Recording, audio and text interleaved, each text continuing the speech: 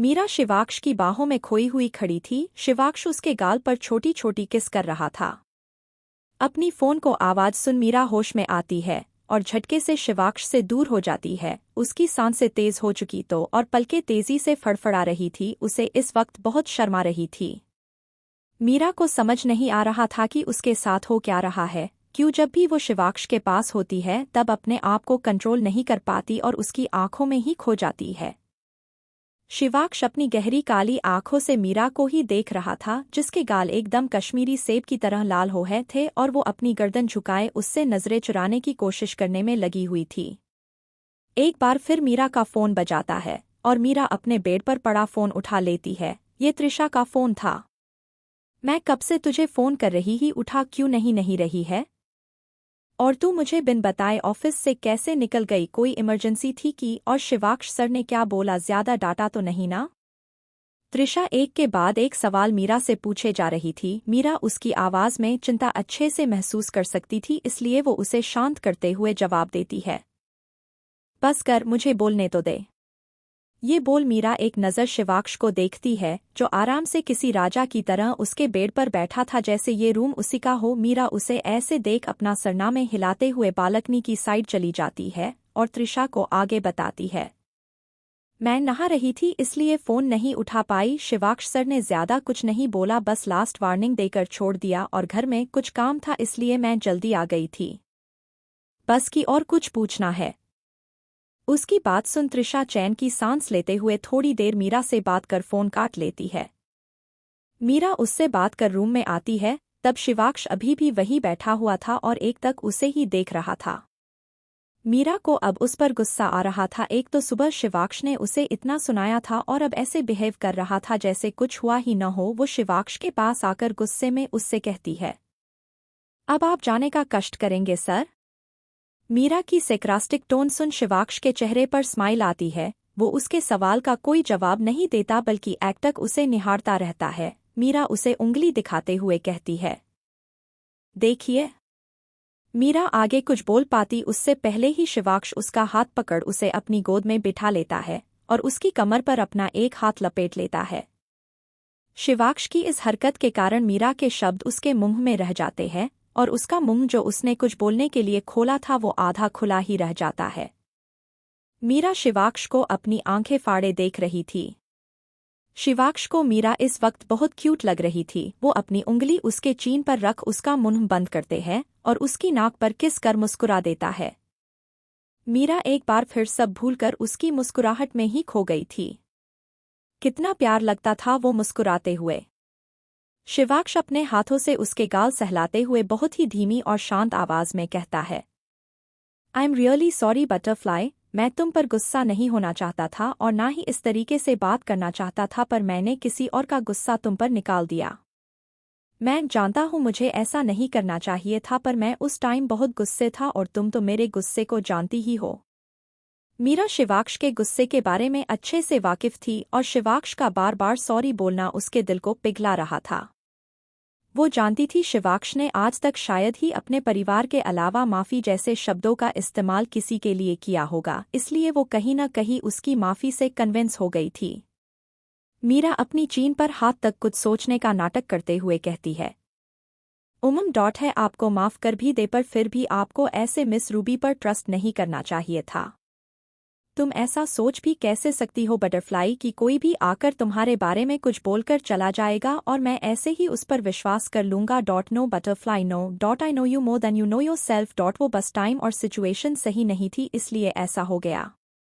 शिवाक्ष ने ये बात उसकी आंखों में आंखें डाल कही थी। मीरा उसकी बात की गहराई को अच्छे से समझ रही थी और ये देखकर कि शिवाक्ष उस पर इतना भरोसा करता है वो खुश हो शिवाक्ष के गले लग जाती है। शिवाक्ष भी उसे अपनी बाहों में भर लेता है। सुबह से लेकर अब तक जो बेचैनी और गलतफहमियां थी वो अब खत्म हो चुकी थी। अब कुछ बचा था तो वो तो सिर्फ सुकून। थोड़ी देर ऐसे ही रहने के बाद मीरा शिवाक्ष से अलग हो उसकी गोद में से खड़ी हो जाती है। शिवाक्ष भी अपने कपड़े सही करते हैं, उसके सामने खड़ा हो जाता है। मीरा को शिवाक्ष इस वक्त बहुत थका हुआ लग रहा था। उसके बाल मैसी हो चुके थे और कपड़ों पर भी सिलवटें आ गई थी। उसकी हालत देख मीरा कहती है, अब आपको जाना चाहिए। क्यों तुम्हें मीरा यह रहना पसंद नहीं है? नहीं नहीं, ऐसा नहीं है, मीरा ने जल्दी से कहा। मतलब तुम्हारे पास रहूं ये तुम्हें पसंद है? शिवाक्ष ने शरारत से कहा। नहीं वो मतलब हाँ। मीरा को समझ नहीं आ रहा था कि वो शिवाक्ष से आगे क्या कहे, इसलिए वो बात खत्म करते हुए कहती है, कुछ भी ने आल जाए यहां से। शिवाक्ष अब उसे और परेशान नहीं करना चाहता था। वो उसके सिर पर किस करता है और गुड नाइट बोल बालकनी की तरफ बढ़ जाते हैं। मीरा उसे उधर जाते देख रोकते हुए कहती है, अरे रुके, कहाँ जा रहे हैं? दरवाजा इधर है। मीरा की बात सुन शिवाक्ष पीछे मुड़ शरारत से कहता है, तुम क्या चाहती ही मैं दरवाजे से जाऊं और सबको पता चले कि मैं इतनी देर तुम्हारे रूम में था? शिवाक्ष की बात सुन मीरा को समझ आता है कि क्यों वो बालकनी से जा रहा है। और वैसे भी मैं आराम से चला जाऊंगा, ज्यादा ऊंचाई नहीं है, डोंट वरी। मीरा उसकी बात पर पलके झपका देती है। शिवाक्ष बालकनी तक पहुंचता है और जैसे ही नीचे जाने को होता है उसे कुछ याद आता है और वो वापस पीछे मुड़ चेहरे पर स्मर्क के साथ कहता है, वैसे कल फाइनल मैच है एंड आई होप तुम्हें शर्त याद होगी, स्वीट ड्रीम्स। इतना बोल शिवाक्ष बालकनी से कूद चला जाता है और पीछे मीरा मुंह खोले उसे देखती ही रह जाती है। वो तो लगभग इस बारे में भूल ही गई थी कि उसे कल मैच के दौरान शिवाक्ष की जर्सी पहननी है। क्या मीरा फाइनल मैच में शिवाक्ष की जर्सी पहनेगी? और अगर हाँ तो क्या जवाब देगी वो आकाश को?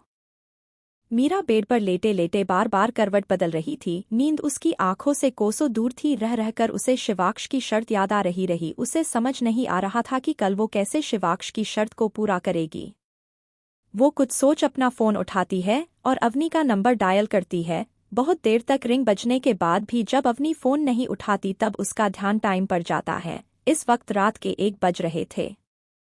मीरा टाइम देखकर फोन काट लेती है। अवनी तो इस वक्त सो रही होगी, उससे कल ही बात करूंगी ये सोच मीरा फोन साइड टेबल पर रख सोने की कोशिश करती है, पर आज कहाँ उसे नींद आने वाली थी। सुबह का वक्त। University of Mumbai.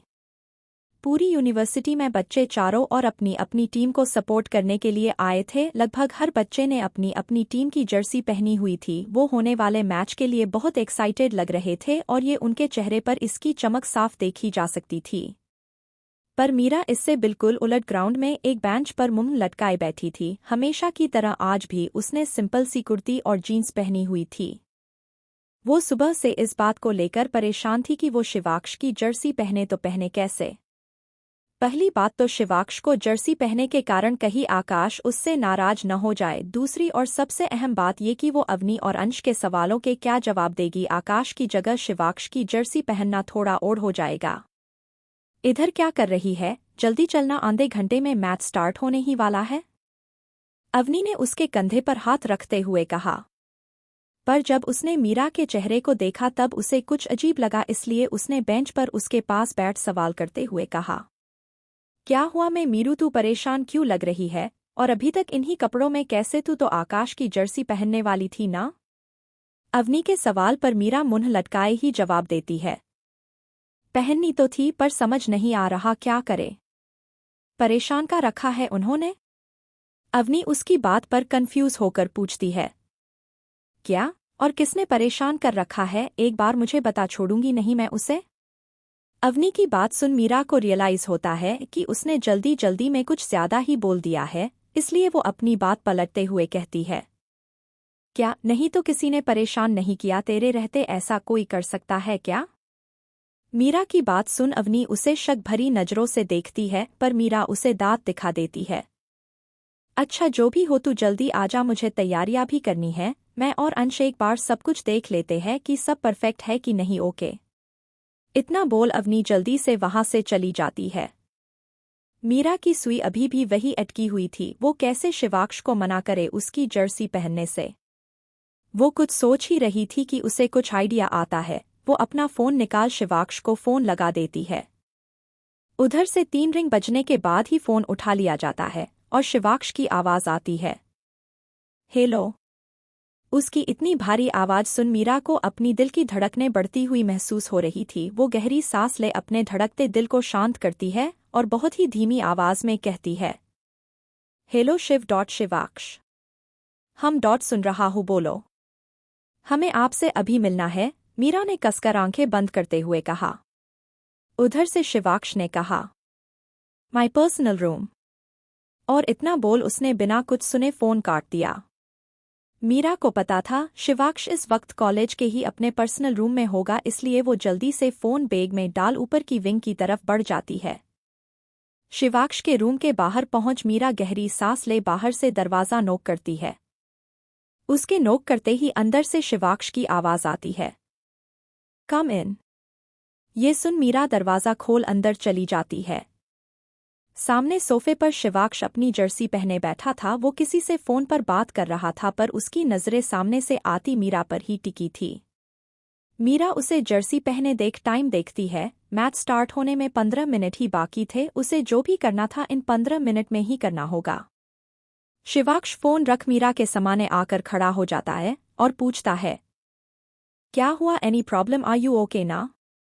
शिवाक्ष को अपनी इतनी फिक्र करता देख मीरा को बहुत अच्छा लगता है, पर फिर उसे याद आता है कि वह यहाँ किस काम के लिए आई है। वह अपनी गर्दन हिलाते हुए शिवाक्ष से कहती है, ऐसा कुछ नहीं है, हम बिल्कुल ठीक है, हमें भला क्या होगा। उसकी बात सुन शिवाक्ष कहता है, अच्छा तो ऐसी क्या जरूरी बात थी जिसके लिए तुम्हें मुझसे अभी मिलना था? वो इसलिए कि हम मतलब आप जर्सी नहीं पहन सकते। मीरा ने जल्दी जल्दी में कहा। व्हाट? शिवाक्ष ने कंफ्यूज होते हुए पूछा। जब मीरा को समझ आया कि उसने जल्दी जल्दी में क्या बोल दिया है, तो वो अपने सिर पर चपत लगाते हुए कहती है, हमारा मतलब कि हम आपकी जर्सी नहीं पहन सकते। उसकी बात सुन शिवाक्ष मीरा को अपनी आंखें छोटी कर घूरता है और उसकी ओर कदम बढ़ाते हुए पूछता है, और मैं पूछ सकता हूँ ऐसा क्यों? मीरा उसको अपनी तरफ कदम बढ़ाता देख थोड़ी पीछे हो जाती है, पर उसके दरवाजे के पास ही खड़े होने के कारण उसकी पीठ सीधा दरवाजे से लगती है।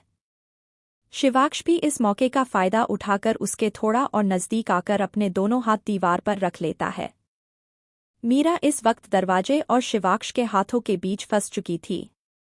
वो कुछ बोलना चाहती थी, पर शिवाक्ष को अपने इतना नजदीक पाकर उसके मुंह से शब्द ही नहीं निकल रहे थे। फिर भी वो बोलने की कोशिश करते हुए कहती है, वो हमारे पास जर्सी मतलब आपकी जर्सी है ही नहीं ना? तो हम क्या पहने, इसलिए अगली बार हम आपकी जर्सी पहनेंगे पक्का? ओके। मीरा ने ये बात बहुत मासूमियत से कही थी। शिवाक्ष को मीरा पर इस वक्त बहुत प्यार आ रहा था। उसका मन कर रहा था कि वो बस उसे पूरी दुनिया से छुपाकर अपनी बाहों में महफूज रख ले। शिवाक्ष झुककर उसके दोनों गाल पर किस करते हुए कहता है, ओह ब्यूटीफ्लाई, बस इतनी सी बात, डोंट वरी अबाउट दैट। इतना बोल वो दीवार से हाथ हटा अपनी पहनी हुई टी शर्ट उतार देता है। मीरा जो कब से शिवाक्ष के किस करने के कारण शौक से उसे आंखें फाड़े देख रही थी, वो शिवाक्ष को अपनी टी शर्ट उतरता देख शर्म के कारण अपनी नजरें झुका लेती है। शिवाक्ष मीरा का हाथ पकड़ उसे अपना टी शर्ट थमाते हुए कहता है, तुम इसे पहन सकती हो। मीरा शिवाक्ष की टी शर्ट को कन्फ्यूजन में देखती है और उसकी टी शर्ट को देख सिर झुकाए हुए ही कन्फेशन में पूछती है, हम ये पहनेंगे तब आप ऐसे ही नंगू पुंगू जाएंगे क्या? मीरा की बात पर शिवाक्ष को हंसी आ जाती है और वो बिना कुछ कहे रूम में रखे कबर्ड की तरफ बढ़ जाता है। मीरा की नजरें शिवाक्ष की बॉडी पर ही थी। वो इस वक्त बहुत कातिलाना लग रहा था। मीरा गले से थूक गटकते हुए मन में कहती है, कान्हा जी, इनको हमारे सामने से जल्दी से हटाओ वरना हमारे हाथों से कुछ गलत हो जाएगा, फिर मत कहना हम ठरकी है। शिवाक्ष अपने हाथ में एक टी शर्ट लेकर आता है, पर जब वो मीरा को एकटक अपनी तरफ देखता पाता है तब मुस्कुरा देता है। मीरा उसमें इस कदर खो गई थी कि उसे होश ही नहीं था कब शिवाक्ष उसके पास आया। शिवाक्ष उसे पुकारता है और वो उसके पुकारते हुए होश में आती है। वो कभी शिवाक्ष को देखती तो कभी उसके हाथ में पकड़े हुए टी शर्ट को। शिवाक्ष उसे कन्फ्यूजन में देख वो टी शर्ट पहन लेता है और मीरा के गाल को सहलाते हुए कहता है, मेरे पास दूसरी जर्सी भी है, तो तुम्हें इस बात की टेंशन लेने की जरूरत नहीं है कि मैं क्या पहनूंगा। अब तुम आराम से मेरी जर्सी पहन सकती हो, ओके? मीरा को मालूम था अब उसके पास शिवाक्ष की जर्सी पहनने के अलावा कोई दूसरा रास्ता नहीं बचा है, इसलिए वो हाँ में सिर हिलाते हुए जबरदस्ती मुस्कुरा देती है। वो शिवाक्ष का हाथ हटा दरवाज़ा खोल वहां से जाने लगती है, पर शिवाक्ष उसका हाथ पकड़ उसे रोक लेता है। मीरा उसे सवालिया नजरों से देखती है तो शिवाक्ष कहता है, मैच स्टार्ट होने में थोड़ा सा ही टाइम बचा है, इसलिए नीचे जाने की जरूरत नहीं है, यही चेंज कर लो। पर कुछ नहीं, जाओ जल्दी चेंज करके आओ। शिवाक्ष ने उसकी बात काटते हुए कहा। मीरा भी मन मारकर रह गई और शिवाक्ष के कहने पर चेंज करने बाथरूम में चली गई। थोड़ी देर बाद बाथरूम का दरवाज़ा खुला और मीरा बाहर आई। टी शर्ट शिवाक्ष के माप का था, इसलिए वो बड़ा हो रहा था, पर मीरा ने टी शर्ट को इन कर लिया था और बाजुएं थोड़ी फोल्ड कर ली थी। जीन्स और शिवाक्ष की जर्सी पहने और बालों की हाई पोनी किए हुए वो बहुत प्यारी लग रही थी। ऊपर से गुस्से में फूला हुआ उसका चेहरा उसे और क्यूट बना रहा था। उसे देख शिवाक्ष का मन कर रहा था कि उसके पाउट किए हुए होठों पर वो किस कर ले, पर अपने ख्यालों को झटक वो मीरा के पास आता है और उसके सिर पर किस कर हाथ पकड़ उसे बाहर ले जाने लगता है। ये देख मीरा जल्दी से अपना हाथ उससे छुड़ाती है और कहती है, हम अकेले ही चले जाएंगे, आपने हमें अपने वस्त्र दे बहुत बड़ा उपकार किया है, हम और एहसान इन नाजुक से कंधों पर झेल नहीं पाएंगे।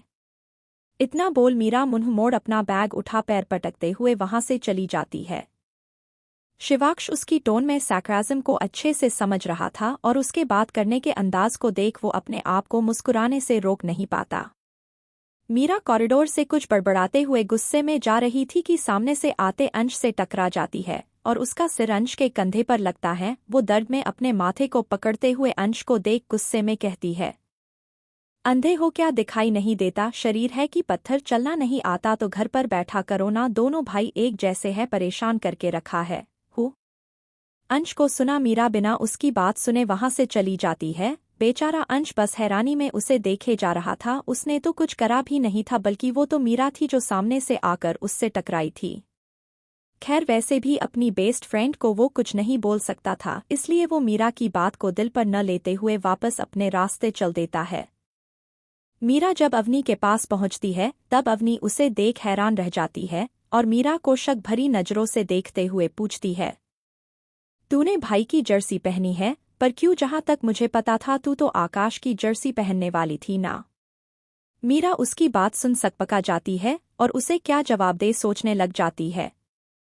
क्या जवाब देगी आखिर मीरा अवनी के सावल का, और क्या मीरा आकाश की नाराजगी से बच पाएगी?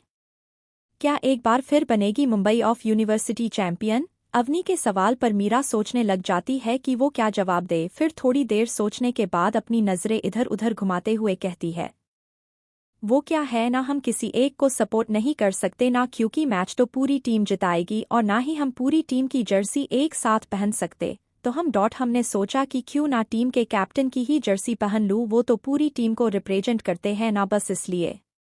अच्छा, गुड आइडिया, अब जल्दी चल, मैच स्टार्ट होने ही वाला है, मैं अंश को भी कॉल कर देती हूँ। मीरा ने कहा और अवनी के साथ कोर्ट की ओर चल दी। मीरा अंश आई, अवनी कोर्ट पर अपनी अपनी सीट्स पर बैठ जाते हैं। अवनी और अंश ने भी मीरा की ही तरह शिवाक्ष को जर्सी पहनी हुई थी। थोड़ी देर बाद जोरदार हुटिंग के साथ कोर्ट में दोनों टीम्स की एंट्री होती है। मीरा की नज़र शिवाक्ष पर टिकी हुई थी जो एकटक उसे ही देख रहा था। ये देख मीरा शर्मा कर अपनी नज़रें फ्री लेती है। ग्राउंड में आने के बाद विवान मीरा को ही ढूंढ रहा था, पर जब उसकी नज़र 28 नंबर की जर्सी पहने मीरा पर पड़ती है तब उसका खून जल जाता है। उसे पता था कि मीरा ने अपने कॉलेज को सपोर्ट करने के लिए ऐसा किया है, पर फिर भी अपने अंदर होने वाली हलचल को वो रोक नहीं पा रहा था और ये जलन उसे ये मैच किसी भी हालत में जीतने के लिए और भी ज्यादा प्रोवोक कर रही थी। उधर जब आकाश ने शिवाक्ष को किसी की तरफ एक तक देखता पाया तब उसकी नज़र भी मीरा के ऊपर चली गई और उसे देख आकाश की आईब्रो आपस में सिकुड़ गई। उसने जब शिवाक्ष की तरफ देखा तब शिवाक्ष चेहरे पर टीजिंग लुक लेकर उसे ही देख रहा था, जैसे कहना चाहता हो, व्हाट्स माइन इज माइन। आकाश को इस वक्त शिवाक्ष पर गुस्सा तो बहुत आ रहा था कि कैसे वो उसकी प्यारी बहन को उसे सपोर्ट करने से रोक सकता है, पर फिलहाल वो कुछ नहीं कर सकता था सिवाय मैच में कंसंट्रेट करने के अलावा। थोड़ी देर बाद विवान और शिवाक्ष आमने सामने खड़े थे। रेफरी बॉल थ्रो करने वाला था। शिवाक्ष जिस तरह से विवान को देख रहा था, विवान को ऐसा लग रहा था जैसे शिवाक्ष का बस चले तो वो अभी के अभी उसे दुनिया से गायब कर दे। एक पल को तो विवान भी डर गया। उसे नहीं पता था कि उसने कब और कैसे शिवाक्ष को ऑफन किया है, पर फिर ये सोचकर कि शायद मैच की वजह से ऐसा हो रहा होगा, वो चैन की सांस लेता है। बॉल थ्रो होते ही शिवाक्ष हाई जंप मारकर बॉल रुद्र को पास कर देता है। रुद्र सीधा बास्केट करने ही वाला था कि उससे पहले ही अपोजिट टीम का प्लेयर उससे बॉल छीन जाता है। मैच स्टार्ट हुए लगभग 4 मिनट हो चुके थे, पर अभी तक किसी भी टीम का कोई बास्केट नहीं हुआ था। दोनों टीमें आपस में बराबरी की टक्कर दे रही थी। शिवाक्ष के हाथ में बॉल थी। उसने एक नज़र मीरा को देखा, जो मैच देखने के बजाय आंखें बंद कर फिंगर क्रॉस करके बैठी थी। उसे इस तरह से देख शिवाक्ष के होठों पर न दिखने वाली मुस्कान आ गई। इस वक्त कैमरा शिवाक्ष के चेहरे पर था, इसलिए वहां बैठे सभी लोगों ने उसे ऑडियंस की तरफ देखते नोटिस किया था। ये आज पहली बार नहीं था जब से मैच स्टार्ट हुए था। शिवाक्ष का ध्यान लगभग हर 10 सेकंड में ऑडियंस पर चला हो जाता था। सब लोग ये जानने के लिए क्यूरियस थे कि आखिर कौन है वो मिस्टीरियस पर्सन जो शिवाक्ष राजवंश का ध्यान अपनी ओर खींचने की ताकत रखता है। शिवाक्ष आव देखा न ताव सीधा वही खड़े खड़े बॉल बास्केट की तरफ उछाल दी, और इसी के साथ पूरे ग्राउंड में हूटिंग होने लगी। आज का पहला बास्केट यूनिवर्सिटी ऑफ मुंबई ने कर लिया था। मीरा ने तेज हूटिंग के कारण आंखें खोली और शिवाक्ष को देखते ही मुस्कुरा दी। इसी के साथ मैच तेजी से आगे बढ़ने लगा। हालांकि दोनों टीमें टक्कर की थी, पर फिर भी यूनिवर्सिटी ऑफ मुंबई अच्छे बास्केट की लीड से आगे चल रही थी। फाइनल विसल बजने के साथ ही मैच खत्म हुआ और एक बार फिर यूनिवर्सिटी ऑफ मुंबई ने चैंपियन ट्रॉफी अपने नाम कर ली थी। पूरे ग्राउंड में बच्चे जोर जोर से चिल्लाकर और नाचकर जीत को सेलिब्रेट कर रहे थे। सभी बहुत खुश थे। मीरा भी उनमें शामिल थी। उसने एक नज़र विवान को देखा, जो हताश हुए वही साइड में रखी बेंच पर बैठा था। मीरा कुछ सोच उसकी तरफ बढ़ गई। विवान के पास बैठ मीरा ने अपने हाथ में पकड़ी पानी की बोतल को आगे किया। विवान मना करने वाला था, पर मीरा को देख उसने बोतल ले पानी पी लिया। थैंक्स, विवान ने कहा। आपने बहुत अच्छा खेला विवान, किसी को तो हारना ही था, अब दुखी होने से क्या फायदा, मीरा ने स्माइल के साथ कहा। विवान भी उसकी बात पर मुस्कुरा दिया। वो मैच हारने के कारण दुखी जरूर था, पर मीरा के अपने साथ होने से उसे वो दुख ज्यादा नहीं लग रहा था। मीरा थोड़ी देर ऐसे ही उससे बातें करती रही, इस बात से अनजान कि वो कई लोगों की आंखों में कैसी कांटे की तरह चुभ रही है। अवार्ड सेरेमनी के बाद सबने आज की जीत को सेलिब्रेट करने के लिए बाहर डिनर करने का डिसाइड किया। सबको पता था कि शिवाक्ष हमेशा की ही तरह उनके साथ नहीं आएगा, पर जब अंश के पूछने पर शिवाक्ष का हाँ करना उनके लिए अनएक्सपेक्टेड था। आकाश इसका कारण जानता था और ये देख उसने शिवाक्ष को टीचिंग लुक दिया, पर शिवाक्ष ने उसे ऐसे इग्नोर किया जैसे वो एक्सिस्ट ही नहीं करता। मीरा ने विवान को भी डिनर के लिए इनवाइट किया, पर उसने ये कहकर मना कर दिया कि उसका मन नहीं है, वो फिर कभी डिनर प्लान कर लेंगे। मीरा ने भी उसे ज्यादा फोर्स नहीं किया और सबके साथ डिनर के लिए निकल पड़ी। अभिमन्यु के सजेशन पर वो सभी डिनर के लिए पास के ही रेस्टोरेंट में आए थे। वो हमेशा की तरह किसी वीआईपी की तरह अपना डिनर नहीं करना चाहता था, बल्कि नॉर्मल पीपल जैसे अपनी जीत को सेलिब्रेट करते हैं, वो भी वही चाहता था। सब एक ही टेबल पर बैठे थे। अभी रुद्र, अंश और आकाश एक दूसरे के अगल बगल बैठे थे। शिवाक्ष अंश के पास बैठा था और मीरा उसकी बगल में को जो अपने पास बैठी अवनी से बातें करने में बिजी थी। ऑर्डर करने के कुछ ही देर बाद सबका डिनर आ गया। सभी ने एंजॉय करते हुए अपना डिनर किया। लास्ट में जब डेजर्ट की बारी आई तब सबके लिए वहां की फेमस पेस्ट्री लाई गई। सब अपनी पेस्ट्री एंजॉय कर रहे थे सिवाय शिवाक्ष के, उसे मीठा कम पसंद था।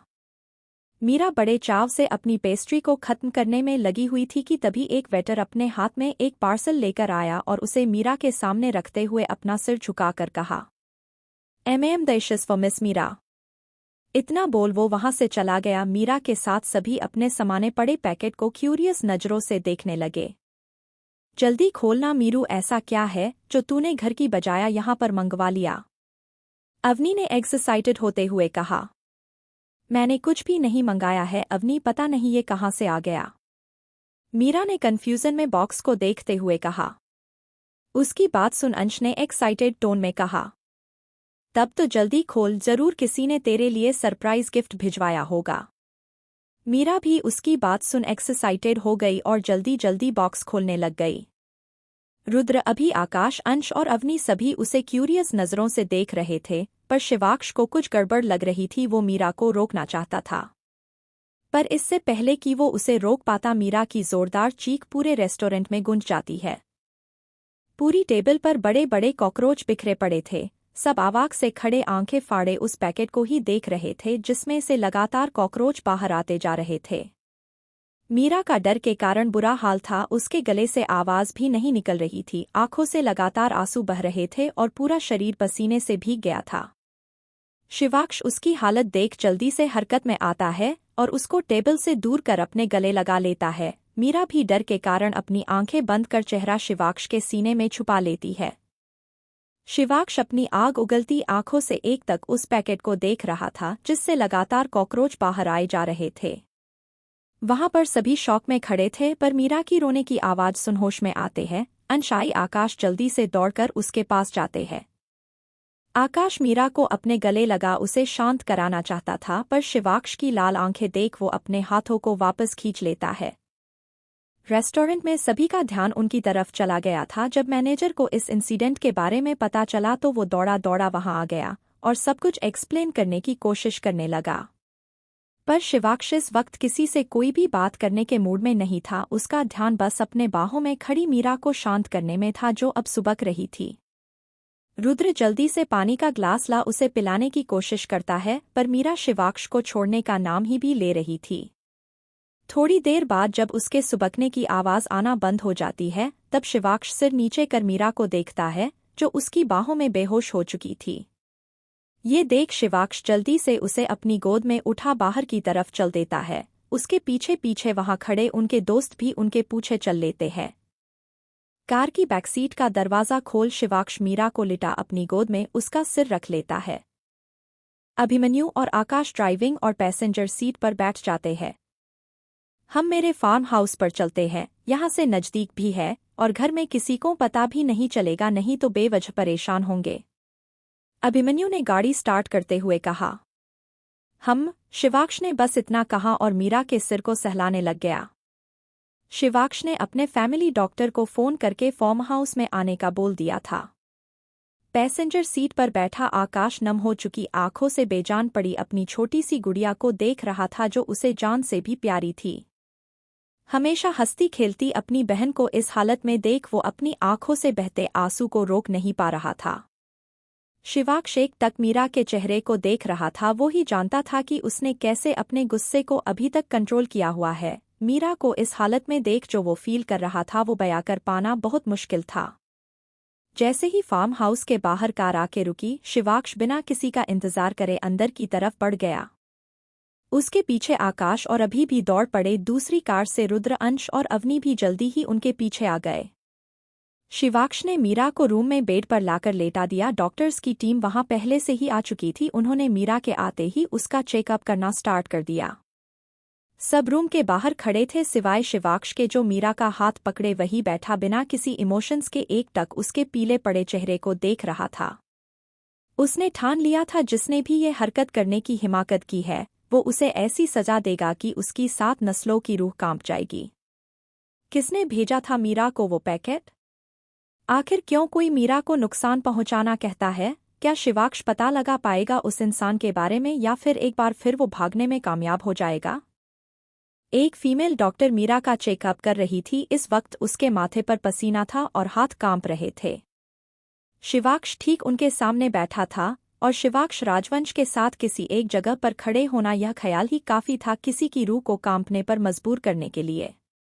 मीरा का चेकअप करने के बाद डॉक्टर शिवाक्ष के सामने खड़ी हो जाती है। शिवाक्ष अपनी सुर्ख हो चुकी आंखों से उन्हें एक नज़र देख बोलने का इशारा करता है। मैम किसी चीज के डर के कारण बहुत पैनिक हो गई थी, इसलिए वो डर के कारण बेहोश हो गई है। मैंने इंजेक्शन दे दिया है, थोड़ी देर में ये होश में आ जाएंगी। चिंता की कोई बात नहीं है। शिवाक्ष ने उसकी बात पर कुछ रिएक्ट नहीं किया, वो बस एकटक मीरा को देख रहा था। डॉक्टर उसके कुछ न बोलने पर अपनी टीम को लेकर रूम से बाहर जाने लगती है। आज आप अपनी टीम के साथ यही रुकेगी। शिवाक्ष के कहने पर डॉक्टर ने सिर हाँ में हिला दिया और अपनी टीम के साथ बाहर चली गई। How is my sister doctor? Akash ने डॉक्टर को देखते हुए पूछा। डॉक्टर उन सभी को मीरा को हालत के बारे में बताकर हेल्पर्स के बताए गए रूम में चली गई। आकाश जल्दी से रूम में चला जाता है, उसके पीछे ही सब हो लेते हैं। अंदर मीरा बेड पर लेटी थी और शिवाक्ष बालकनी में किसी से फोन पर बात कर रहा था। आकाश मीरा के पास आकर बैठ और उसका हाथ अपने हाथ में लेते हुए मीरा का सिर चूम लिया। वो ही जानता था कि अपनी प्यारी बहन को इस हालत में देखकर उसने कैसे खुद को संभाला था। अंश और अवनी की आंखें भी नम थी। मीरा उन सब की जान थी जिस पर वो एक खरोच भी बर्दाश्त नहीं कर सकते थे, और अभी तो वो उनके सामने बेजान सी लेटी थी। एक बात मेरे समझ में नहीं आई कि मीरा को वो पार्सल भिजवाया किसने, रुद्र ने सोचते हुए कहा। उसकी इस बात पर आकाश की नज़रें शिवाक्ष पर चली गई, जिसके चेहरे पर बहुत ही डार्क एक्सप्रेशन थे और वो फोन से बात करते हुए उसे ही देख रहा था। शिवाक्ष को देख आकाश को इतना तो पता चल गया था कि शिवाक्ष इस हादसे के पीछे छिपे मुजरिम के बारे में पता लगा चुका है। एक बार के लिए ये भी सोच ले कि ये कोई प्रैंक हो सकता है, पर इतना बुरा मजाक आखिर करेगा कौन। अभिमन्यु ने रुद्र का साथ देते हुए कहा, जो भी हो मैं उसे छोड़ूंगा नहीं। अंश की आवाज से इस वक्त साफ साफ पता लगाया जा सकता था कि वो कितने गुस्से में है। शिवाक्ष फोन रख आकाश, अभी और रुद्र को बाहर आने का इशारा कर रूम से चला गया। वो तीनों भी अवनी और अंश को वहां रुकने का बोल रूम से बाहर आ गए। थोड़ी देर बाद वो सभी एक सुनसान इलाके में खड़े थे। शिवाक्ष अपनी जलती आंखों से कार की बोनेट पर टेक लगाए सामने घुटनों के बल बैठे इंसान को देख रहा था, जो लगातार जान की भीख मांग रहा था, पर शिवाक्ष को उस पर कोई दया नहीं आ रही थी। ये वो ही लड़का था जिसने वो पार्सल मीरा तक पहुंचाने का काम किया था। शिवाक्ष बस उससे उस शख्स का नाम जानना चाहता था। माफ कर दो सर, मुझे नहीं पता था कि मैं कितनी बड़ी गलती करने जा रहा हूं, उस आदमी ने गिड़गिड़ाते हुए कहा। आकाश ने उसे कॉलर से पकड़ उठाते हुए गुस्से में कहा, अब पता चल गया है ना, चल अब बता किसके कहने पर किया ये सब। नहीं सर, वो मेरे पूरे परिवार को मार देगी, मैंने ये सब पैसों की लालच में नहीं किया था सर, उसके पास मेरी पूरी फैमिली किडनैप है, प्लीज सर। उसकी बात सुन रुद्र आगे आया और आकाश का हाथ उसकी कॉलर से हटकर शांति से कहा, देखो हम तुमसे वादा करते हैं, तुम्हारी फैमिली को कुछ नहीं होगा, बल्कि थोड़ी देर में वो सब तुम्हारे पास होंगे, बस तुम यह बता दो कि ये सब तुमने किसके कहने पर किया था। रुद्र की बात पूरी होते ही अभिमन्यु की आवाज आई, डन, दे आर सेफ। इतना बोल उसने अपने हाथ में रखा आईपैड शिवाक्ष के सामने कर दिया, जिसमें 2 औरतों और 2 बच्चों को कुछ बॉडीगार्ड्स पुरानी फैक्ट्री से बाहर निकाल रहे थे। उनको देख वो शख्स चैन की सांस लेते हुए निढाल सा होकर जमीन पर घुटनों के बल बैठ गया। वो परिवार उसका था, उसकी बीवी, बहन और 2 छोटे छोटे बच्चे। वहां पर खड़े सभी उसकी हालत समझ सकते थे। आकाश के एक बार फिर वही सवाल करने पर उसने बताते हुए कहा, सर मैं फैक्ट्री में काम करता हूँ, रमेश साहब हमारे फैक्ट्री के मालिक है, उनकी बेटी थोड़े दिन पहले हमारे पास आई थी, कहा कि हमारे लिए कोई काम है, अगर वो पूरा हुआ तो मुंह मांगी रकम मिल जाएगी। रमेश साहब बहुत भले आदमी है, हमें लगा उनकी बेटी भी उन्हीं के जैसी होगी, इसलिए हमने भी हाँ कर दी। पर जब उन्होंने काम के बारे में बताया तब हमने साफ साफ मना कर दिया, इसलिए उन्होंने हमारे परिवार का किडनैप करवाकर हमें वो सब करने पर मजबूर किया। उसकी बात सुन अभिमन्यु ने हिचकिचाते हुए एक बार फिर पूछा, क्या काम करने को कहा गया था तुमसे? सबसे पहले हमें उनके घर के बारे में बताया गया और वही उनका इंतजार करने को कहा गया। जब वो सड़क पर अकाली थी तन उन्हें डरा धमकाकर भागने के लिए कहा गया, पर इससे पहले कि हम ये कर पाते उनके कुछ दोस्त उन्हें लेकर चले गए। दूसरी बात भी, हमने ही उनके ऊपर गमला गिराया था और फिर यह पार्सल। कॉलेज, गमला, वेट, ये सब कब हुआ और तुम कॉलेज में कैसे गए? रुद्र ने कन्फ्यूजन में पूछा। हमें वो लड़की लेकर आई थी, हमने लड़कियों वाले कपड़े पहने हुए थे और सिर पर स्कार्फ लगाया हुआ था, इसलिए कोई पहचान नहीं पाया। ऊपर से कॉलेज में उस दिन बहुत भागा दौड़ी चल रही थी, इसलिए हम पर किसका ध्यान ही नहीं गया। अभिमन्यु, जो स्टार्टिंग से ही सब कुछ बड़े ध्यान से सुन रहा था, उसने बहुत ही हिम्मत करके पूछा, रमेश कौन? मिस्टर रमेश ओबेरॉय। हाँ, हमारे रमेश साहब, उन्हीं की बेटी का नाम था, उसका हाँ शालिनी। उसकी बात सुन वहां खड़े सभी लोग दंग रह गए, सिवाय शिवाक्ष के, जैसा उसे ये सब पहले से ही मालूम था। अभिमन्यु शौक से उस आदमी को देख रहा था, उसे समझ में नहीं आ रहा था कि आखिर शालिनी ने ऐसा क्यों किया है, पर अब उसे आगे के अंजाम से भी डर लग रहा था। उसे शिवाक्ष और मीरा के बारे में अभी तक कुछ पता नहीं था, पर वो आकाश के बारे में अच्छी तरह से जानता था। अपनी बहन को चोट पहुंचाने वाले को वो किसी भी हालत में छोड़ने नहीं वाला था, और इस बार तो अभिमन्यु भी उसे भी रोकने वाली था। आखिर शालिनी ने इस बार हर हद पार कर दी थी। थोड़ी देर बाद 2 कार्स फार्म हाउस के बाहर आकर रुकती है। उसमें से शिवाक्ष, रुद्र, आकाश और अभिमन्यु बाहर आते हैं और अंदर की तरफ बढ़ जाते हैं। जब वो अंदर आकर वहां के हालत देखते हैं तो शौक रह जाते हैं। उनके हिसाब से तो यहाँ शांति होनी चाहिए था, पर ये क्या। पूरा लिविंग रूम तहश नहश पड़ा था। सारा सामान इधर उधर बिखरा पड़ा था। मीरा जो थोड़ी देर पहले बेड पर बेजान सी लेटी थी, वो अब पिलो लेकर अंश के पीछे भाग रही थी, और वहां बैठी अवनी पॉपकॉर्न खाते हुए किसी मूवी की तरह उन्हें देख रही थी। उनको ऐसे देख सब अपना सिरना में हिला देते हैं। आकाश आगे बढ़ मीरा को गले लगा देता है। अरे भाई, ये इमोशन होने का टाइम नहीं है, छोड़ो मुझे। मैं इस अंश के बच्चे को छोड़ूंगी नहीं, इसने मेरे सारे चिप्स खा लिए। मीरा ने आकाश की पकड़ से छूटने के लिए झटपटाते हुए कहा। उसकी बात पर रुद्र और अभी को हंसी आ गई, पर शिवाक्ष उसे बिना किसी भाव के देख रहा था। अंश ने मीरा को छूटने के लिए इतना स्ट्रगल करते देख अपने दांत दिखा दिए। आकाश ने मीरा को अभी तक छोड़ा नहीं था। वो उसका सिर सहलाते हुए कहता, शांत हो जाओ बच्चा, शांत। अभी अभी तो बेड से उठी हो, क्या जरूरत है भागने दौड़ने की। मीरा उसकी कोई बात जैसे सुनना ही नहीं चाह रही थी। उसे इस वक्त अंश पर बहुत गुस्सा आ रहा था। नहीं भाई, छोड़ो ना। मैं enough everyone in your rooms right now. Shivaksh की इतनी तेज आवाज सुन मीरा ने कसकर आकाश को पकड़ लिया, पर उसकी गुस्से में लाल होती आंखें देख वो जल्दी से बिना पीछे देखे अपने रूम में भाग गई। लिविंग रूम से सब ऐसे गायब हुए जैसे बैल के सिर से सिंह। वहां सिर्फ आकाश और शिवाक्ष बचे थे। आकाश ने शिवाक्ष के कंधे पर हाथ रखते हुए कहा, इतनी जलन सेहत के लिए ठीक नहीं है मिस्टर राजवंश। मैं उसका भाई ही, और तुम मुझे उसके आसपास रहने से रोक नहीं सकते हो। इतना बोल आकाश सीटी बजाते हुए वहां से निकल जाता है, और शिवाक्ष बस गुस्से में दांत पिसते रह जाता है। रात के 2 बजे सब अपने अपने रूम में सो रहे थे। मीरा के रूम का दरवाज़ा हल्के से खुला और शिवाक्ष धीमे कदमों से बिना कोई शोर किए अंदर आया। मीरा बड़े आराम से बेड पर सो रही थी। उसके लंबे रेशमी बाल खुले थे और तकिए पर बिखरे पड़े थे। शिवाक्ष उसके पास आकर बैठ गया और धीरे धीरे उसके बाल सहलाने लगा। उसके लिए ये पल बेहद सुकून भरे थे जब वो मीरा के पास होता था। अपने सपनों में खोई हुई मीरा सोते हुए शिवाक्ष को बहुत खूबसूरत लग रही थी। उसने अपना सिर झुकाकर उसके माथे पर किस किया, फिर उसकी दोनों आंखें, नाक और दोनों गाल पर किस कर वो पीछे हट गया। इंजेक्शन का असर था या मीरा की गहरी नींद का, पर मीरा को शिवाक्ष के अपने पास होने का एहसास बिल्कुल नहीं हुआ। शिवाक्ष चबाई उठाकर सामने देखता है, तब अनायास ही उसकी नजरें मीरा के लाल होठों पर चली जाती है। उसके होठ देख शिवाक्ष को अपना गला सूखता हुआ महसूस हो रहा था। उसका मन कर रहा था बस एक बार वो किसी भी तरह उन्हें छू ले। अपनी इसी ख्वाहिश को पूरा करने के लिए शिवाक्ष अपने होठ मीरा के होठों की तरफ बढ़ा देता है और जल्दी से उन्हें अपने होठों से छूकर पीछे हट जाता है। मीरा के इतने से टच से ही उसकी सांसें भारी हो गई थी, पर मीरा के चेहरे पर इस वक्त बहुत ही खूबसूरत मुस्कान थी। शिवाक्ष को उसे देख ऐसा लग रहा था कि अगर वो थोड़े देर भी उसके पास और रहा तो शायद वो अपने जज्बातों को कंट्रोल नहीं कर पाएगा। इसलिए वो प्यार से मीरा के सिर पर किस कर वहां से जल्दी से निकल जाता है। वो दरवाज़ा बंद कर बाहर आया ही था कि सामने से आते किसी से टकरा जाता है।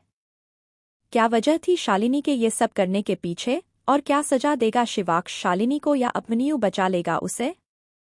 कौन था जिससे शिवाक्ष टकराया था? क्या सबको पता चल जाएगा शिवाक्ष के लिटिल सीक्रेट के बारे में? सामने आकाश खड़ा था जो अपनी गुस्से भरी आंखों से शिवाक्ष को ऊपर से लेकर नीचे तक घूर रहा था।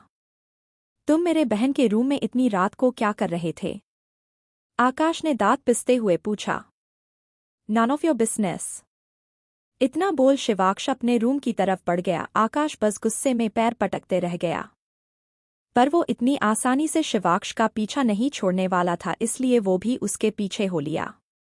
आकाश रूम में पैर रखने वाला ही था कि उससे पहले ही शिवाक्ष उसके मुंह पर दरवाज़ा बंद कर देता है। बेचारा आकाश उसे मन में गलियां बोलने के अलावा कुछ भी नहीं कर सकता था।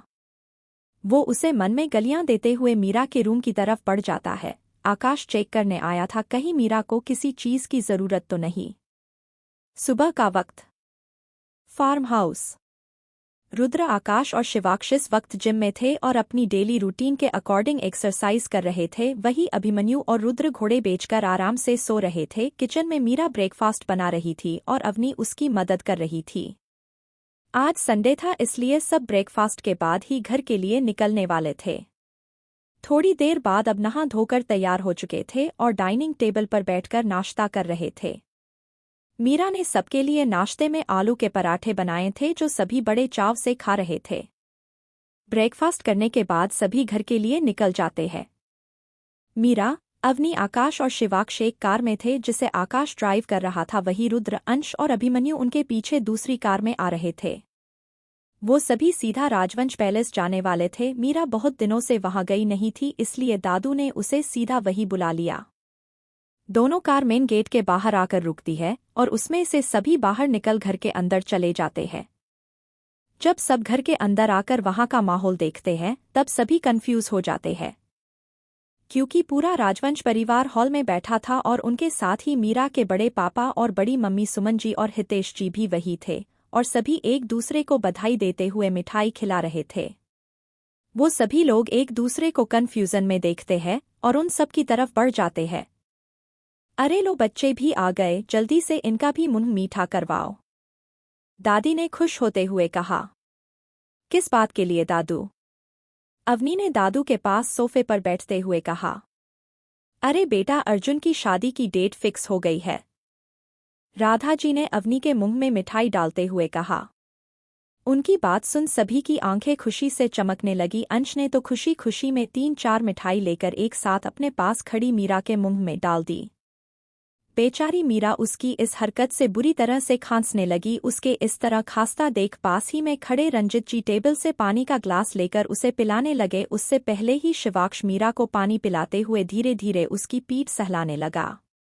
रंजित जी ने एक नज़र अपने हाथ में लिए ग्लास को देखा और फिर शिवाक्ष के एक्सप्रेशनलेस चेहरे को, जिस पर उभर रही चिंता को वो आराम से देख सकते थे। शिवाक्ष का सारा ध्यान मीरा को पानी पिलाने और उसकी पीठ सहलाने में था, पर जब उसे अपने ऊपर किसी की नज़रें महसूस हुई तब उसने सिर उठाकर देखा। रंजीत जी चेहरे पर शरारती स्माइल लिए उसे ही देख रहे थे, पर शिवाक्ष ने उन्हें बिल्कुल रॉयली इग्नोर कर दिया। थोड़ी देर बाद जब मीरा शांत हुई तब राधा जी ने अंश का कान पकड़ते हुए गुस्से में कहा, अक्ल वकल है कि नहीं? अभी मिठाई उसके गले में अटक जाती तो सारा दिन बस बदमाशियां करा लो इनसे। रुक, अभी बताती हो। इतना बोल वो उसका कान छोड़ अपनी चप्पल उठाकर उसे मारने वाली ही थी कि राजेश जी उनका हाथ पकड़ रोक लेते हैं। अरे रुको श्रीमती जी, क्यों अपने हाथों को कष्ट दे रही हो? इसके लिए उसका भाई ही काफी है। उनकी बात पर सबका ध्यान शिवाक्ष पर चला जाता, जो अभी भी एकटक मीरा को देख रहा था और उसका एक हाथ उसकी पीठ पर था। सबको अपनी तरफ देखता पाकर मीरा जल्दी से शिवाक्ष से थोड़ी दूर खड़ी हो जाती है, पर शिवाक्ष को इन सब से कोई फर्क भी पड़ रहा था। वो मीरा को देखते हुए धीमी आवाज में पूछता है, आर ओके नाउ? मीरा बस अपना सिर हाँ में हिला देती है। शिवाक्ष उसका जवाब सुन इम्पोर्टेंट कॉल का बोल वहां से चला जाता है। राधा जी और सुनीता जी शिवाक्ष को मीरा की इतनी फिक्र करता देख आंखों ही आंखों में एक दूसरे को कुछ इशारा कर मुस्कुरा देती है। सुमन जी मीरा के गाल पर हाथ रखते हुए उसे चिंता भरी आवाज में पूछती है, तू ठीक है ना? मीरा उनको अपनी इतनी फिक्र करता देख जल्दी से सिर हाँ में हिलाते हुए और चेहरे पर मुस्कान लाते हुए कहती है, कुछ नहीं हुआ है बड़ी माँ, बस थोड़ा सा खाना ही अटका था। उसकी बात सुन सुमन जी राहत की सांस लेती है और सभी एक बार फिर अर्जुन की शादी की तैयारियों को लेकर बात करने लगाते हैं। सबने आज यही रुकने का प्लान बनाया था ताकि थोड़ा टाइम साथ में स्पेंड कर सके। थोड़ी देर बातचीत करने के बाद सारी लेडीज लंच की तैयारी करने चली जाती है और जेंट्स के साथ बच्चे भी अपने अपने रूम में चले जाते हैं। स्टडी रूम में रंजित जी और धनराज जी इस वक्त शिवाक्ष के साथ स्टडी रूम में थे। उन दोनों के चेहरे पर आए एक्सप्रेशंस को देखकर कोई नहीं कह सकता था कि ये दोनों वही सेम लोग हैं जो थोड़ी देर पहले अपने परिवार के साथ हंसते मुस्कुराते बातें कर रहे थे। आपको ये सब पहले बता देना चाहिए था शिवाक्ष, धनराज जी ने गंभीर आवाज में कहा। मैं ये सब हैंडल कर सकता हूँ दादू, और वैसे भी मैं आप सबको इन छोटी छोटी चीज़ों के लिए परेशान नहीं करना चाहता था। मीरा को हमने सिर्फ कहने के लिए बेटी नहीं कहा है शिवाक्ष, हमने उन्हें अपनी बेटी माना भी है, इसलिए आपका कोई हक नहीं बनता कि आप हमसे उनके बारे में कोई भी छोटी से छोटी बात भी छुपाए। रंजित जी की आवाज़ की सीरियसनेस को शिवाक्ष अच्छे से समझ सकता था, उसे पता था कि मीरा उनके पूरे परिवार के लिए क्या मायने रखती। वो उनसे कुछ भी छुपाना नहीं चाहता था, पर वो उन्हें परेशान नहीं करना चाहता था, इसलिए जितना बन सके उसने कोशिश की थी कि किसी को मीरा के ऊपर हुए अटैक के बारे में पता न चले। पर अगेन वो अपने दादू और पापा से कुछ नहीं छुपा सकता था, इसलिए वो शांत आवाज़ में उनसे माफ़ी मांगते हुए कहता है, सॉरी डैड एंड दादू, मैं आपसे कुछ छुपाना नहीं चाहता था, इट्स जस्ट दैट कि मैं इसे अपने तरीके से हैंडल करना चाहता था। आप जो भी करे शिवाक्ष, बस इतना याद रखना कि इन सब में हमारी बच्ची की जिंदगी पर कोई असर नहीं पड़ना चाहिए। दादू ने शिवाक्ष को देखते हुए कहा। उनकी बात सुन शिवाक्ष ने दृढ़ता के साथ कहा, I'll make sure of it Dadu. Okay, हम आशा करते हैं कि आप हमारी बच्ची को चोट पहुंचाने वालों को इतनी आसानी से नहीं छोड़ेंगे। इतना बोल रंजित जी दादू के साथ स्टडी रूम से चले गए। शिवाक्ष ने अपनी पॉकेट से सिगरेट का पैकेट निकाला और उसे पीते हुए कहा, बिल्कुल नहीं डैड, बिल्कुल नहीं। यह कहते वक्त उसकी आंखें बेहद काली दिखाई दे रही थी और उसके चेहरे पर आए शांत भाव किसी बहुत बड़े खतरे का अंदेशा दे रहे थे। किचन में सुनीता जी गाना गुनगुनाते हुए कढ़ाई में करची फेर रही थी, वो बीच बीच में कुछ सोचकर मुस्कुरा देती। उनके पास में खड़ी सुमन जी रोटियां सेकते हुए कब से उन्हें ही देख रही थी, जब उनसे रहा भी गया तब उन्होंने पूछ ही लिया, क्या हुआ सुनीता जी, आप बहुत खुश लग रही है। हाँ दीदी, कुछ हुआ है क्या जिसके बारे में हमें भी नहीं पता, राधा जी ने सुमन जी का साथ देते हुए कहा।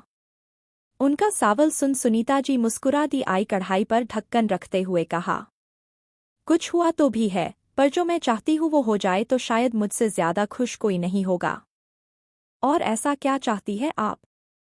सुमन जी ने राधा जी के कंधे पर हाथ रखते हुए पूछा। बस यही कि अर्जुन और शिवानी के साथ मेरे शिवाक्ष और मीरा की भी शादी हो जाए। उनकी बात सुन सुमन जी का हाथ राधा जी के कंधे से फिसल गया और शौक के कारण उनका मुंह खुला का खुला रह गया। वाह दीदी, क्या सोचा है, आपके मुंह में गुड़ घी, राधा जी ने खुशी से किसी बच्चे की तरह उछलते हुए कहा। आई सुनीता जी को गले लगा लिया। वो दोनों एक दूसरे को गले लगाकर ऐसे खुश हो रही थी जैसे शादी पक्की हो गई हो। वही सुमन जी अभी भी अचंभे में खड़ी उन दोनों को देख रही थी। जब सुनीता जी का ध्यान उन पर गया तब उन्होंने सुमन जी को हिलाते हुए पूछा, क्या हुआ, मैंने कुछ गलत कह दिया क्या? नहीं नहीं, अपने कुछ गलत नहीं कहा है, पर जो बात कभी हो ही नहीं सकती उस बारे में भला क्यों सोचना, सुमन जी ने कुछ सोचते हुए कहा। क्यों नहीं हो सकती भला? राधा जी ने पूछा। क्योंकि मुझे नहीं लगता वो दोनों एक दूसरे को पसंद भी करते हैं। बचपन में तो दोनों पूरे वक्त साथ में रहते थे, पर बड़े होने के बाद मैंने कभी उन दोनों को बात करते हुए भी नहीं देखा, फिर शादी तो बहुत दूर की बात है। उनकी बात सुन राधा जी और सुनीता जी भी सोच में पड़ गए, पर फिर सुनीता जी ने उम्मीद न खोते हुए कहा, पर सुमन जी जरूरी थोड़ी ना है वो जैसा हमें दिखाते हैं वैसा ही उनका रिश्ता हो। और रही बात उनके बात न करने की, तो शिव और मीरा दोनों का नेचर हम सब जानते हैं, वो दोनों ही कम ही बोलते हैं। परवर कुछ नहीं, आपने कभी उन दोनों को एक दूसरे को निहारते हुए नहीं देखा है क्या? कितने प्यार से एक दूसरे को देखते हैं। हाय, नजर न लगे मेरे बच्चों को किसकी, सुनीता जी ने सुमन जी की बात को बीच में ही काटते हुए कहा। हाँ दीदी, ये बात तो आपने बिल्कुल सही कही, मैंने भी बार शिवाक्ष को मीरा को देखते हुए पकड़ा है। और आपने देखा नहीं कैसे जब भी मीरा किसी परेशानी में होती है हमारा शिव भी टेंशन में आ जाता है, राधा जी ने भी अपना ऑब्जर्वेशन बताते हुए कहा। सुमन जी जो उन दोनों की बातें सुन रही थी, कहीं न कहीं उन्हें भी ये बात ठीक लग रही थी, पर उन्होंने अपनी चिंता जताते हुए कहा, हो सकता है आप दोनों एकदम सही कह रही हो, पर हम यूं ही उनकी शादी नहीं करा सकते, ये कोई गुड्डा गुड़ी का खेल थोड़ी ना है।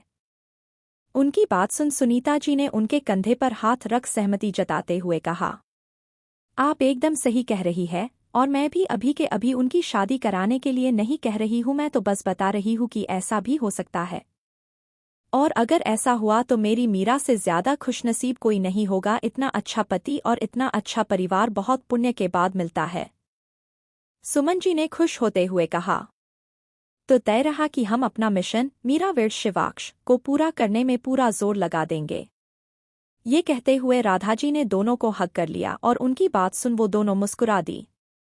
क्या राजित जी को पता चल गया है शिवाक्ष की फीलिंग के बारे में? आखिर क्या सजा देगा शिवाक्ष शालिनी को? और क्या मिशन मीरा विर्ड शिवाक्ष हो पाएगा कंप्लीट? सब डिनर के लिए डाइनिंग टेबल पर बैठ थे। लेडीज सबको खाना सर्व कर रही ही थी और मीरा भी उनका हाथ पटा रही थी। सबको डिनर सर्व करने के बाद जब मीरा अंश के पास पड़ी खाली सीट पर बैठने जा ही रही थी कि राधाजी बीच में ही आकर जल्दी से वहां बैठा है। वो बेटा क्या है ना, आज मुझे मेरे सुपुत्र पर बहुत प्यार आ रहा है, इसलिए आज मैं इसे अपने हाथों से खिलाऊंगी, तो तुम किसी और सीट पर बैठ जाओ। राधाजी ने अंश के गाल खींचते हुए कहा। उनकी प्यार वालों बात सुन अंश को अजीब लगा। वो राधाजी को कुछ कहने ही वाला था कि राधाजी उसे आंखें दिखाकर चुप रहने का इशारा कर देती है। मीरा जब नजरें घुमाकर डाइनिंग टेबल पर देखती है तब वहां सिर्फ एक ही खाली चेयर थी और वो थी शिवाक्ष के पास, इसलिए वो वहां जाकर शांति से बैठ जाती है।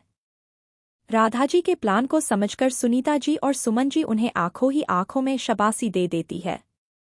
दादाजी के कहने पर सब अपना खाना स्टार्ट कर देते हैं। मीरा का ध्यान खाने में काम और अपने पास बैठे शिवाक्ष को निहारने में ज्यादा था। शिवाक्ष को पता था कि मीरा चोर नजरों से उसे ही देख रही है, पर उसने मीरा को इस बारे में कुछ नहीं कहा और शांति से अपना खाना खाने लगा। डिनर खत्म होने के बाद सब अपने अपने रूम में थोड़ा आराम करने चले गए और सुबह से ही भाग दौड़ के कारण सब थके हुए थे।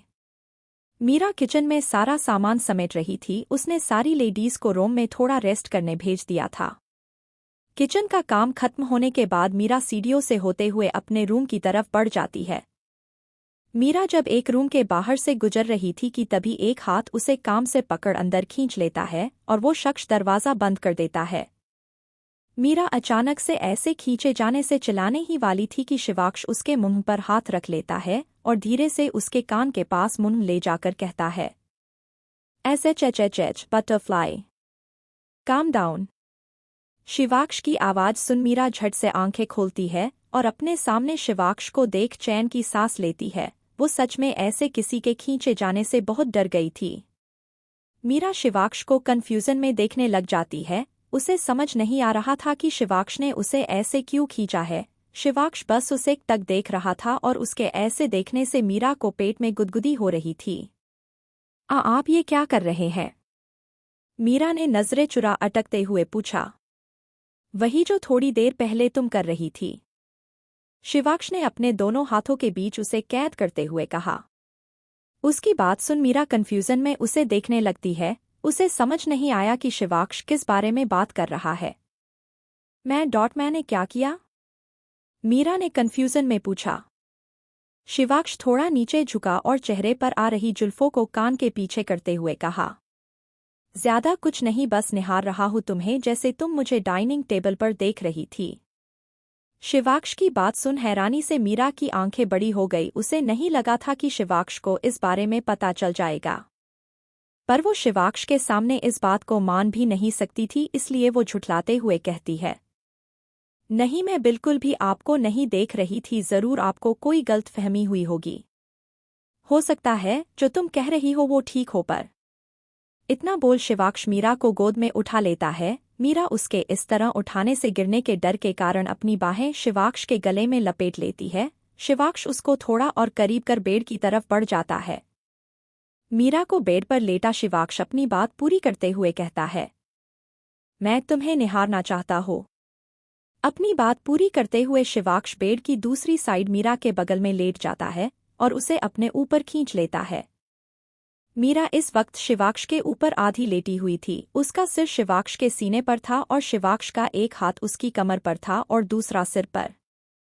मीरा इस वक्त कुछ बोलने की हालत में भी थी। शिवाक्ष के इस तरह पास होने से उसके पूरे शरीर के रोंगटे खड़े हो गए थे और पेट में अजीब सी गुदगुदी हो रही थी। शर्म के कारण उसका पूरा चेहरा लाल हो गया था। ये शायद पहली बार था जब वो शिवाक्ष के इतना करीब थी। वो शिवाक्ष से कुछ कहना चाहती थी, उससे दूर होना चाहती थी, पर उसका शरीर उसका साथ ही नहीं दे रहा था। फिर भी वो कुछ बोलने की कोशिश करते हुए कहती है, शिव हम जाने। पर शिवाक्ष उसे बीच में ही रोकते हुए कहता है, मैं बहुत थक गया हूँ बटरफ्लाई, मुझे आराम करना है, थोड़ी देर ऐसे ही रहो प्लीज। शिवाक्ष के इस तरह रिक्वेस्ट करने पर मीरा आगे कुछ नहीं कहती। उसे भी शिवाक्ष का ऐसे अपने पास होना बहुत अच्छा लग रहा था। मीरा शिवाक्ष के सीने पर सिर रखे हुई थी, इसलिए वो उसकी हार्ट बीट क्लियरली सुन सकती थी। उसे शिवाक्ष की हार्ट रिदम किसी मेलोडी की तरह लग रही थी और वो सुन उसके चेहरे पर खूबसूरत सी स्माइल आ जाती है। शिवाक्ष और मीरा दोनों एक दूसरे का साथ पाकर सुकून से कब एक दूसरे की बाहों में सो गए उन्हें पता ही नहीं चला। दोनों को चेहरों पर सुकून था जो उन्हें एक दूसरे के पास रहने से मिलता था।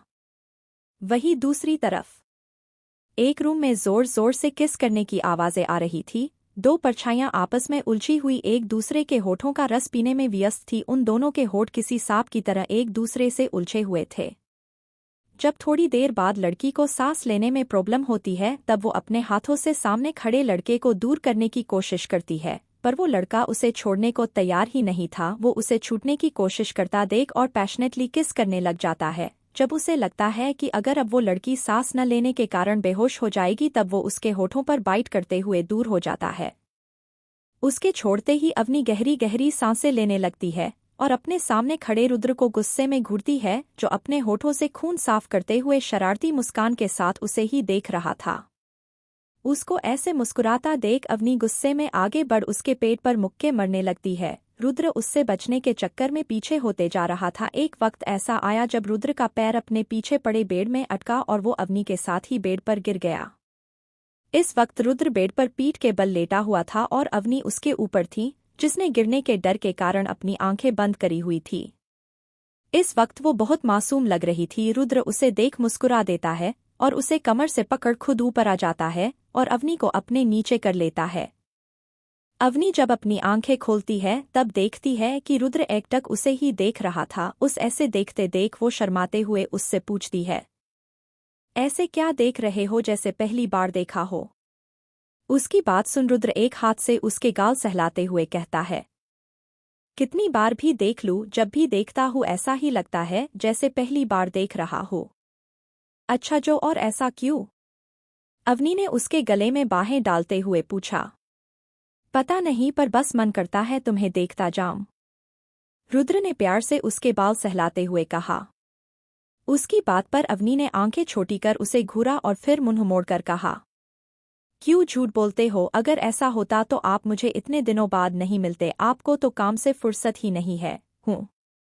अवनी को बच्चों जैसे शिकायत करता देख रुद्र मुकुटा दिया और उसके माथे पर किस करते हुए कहा, अरे बाबा, जब काम नहीं करूंगा तब काबिल कैसे बनूंगा, और जब काबिल ही नहीं बनूंगा तो तुम्हारे पापा से शादी के लिए तुम्हारा हाथ कैसे मांगूंगा। इतनी मेहनत बस हमारे अच्छे फ्यूचर के लिए ही तो कर रहा हो। रुद्र की बात सुन अवनी ने उसे कस कर गले लगाते हुए कहा, I love you so much Rudra, I am really very lucky to have you in my life. I love you more than you do sweetheart. Rudra ने अवनी को अपनी बाहों में कसकर भरते हुए कहा, क्या घर की लेडीज की को कोशिशें ला पाएगी मीरा और शिवाक्ष को करीब? आखिर क्या रिश्ता है रुद्र और अवनी के बीच? क्या घर वाले रुद्र और अवनी के रिश्ते को एक्सेप्ट करेंगे?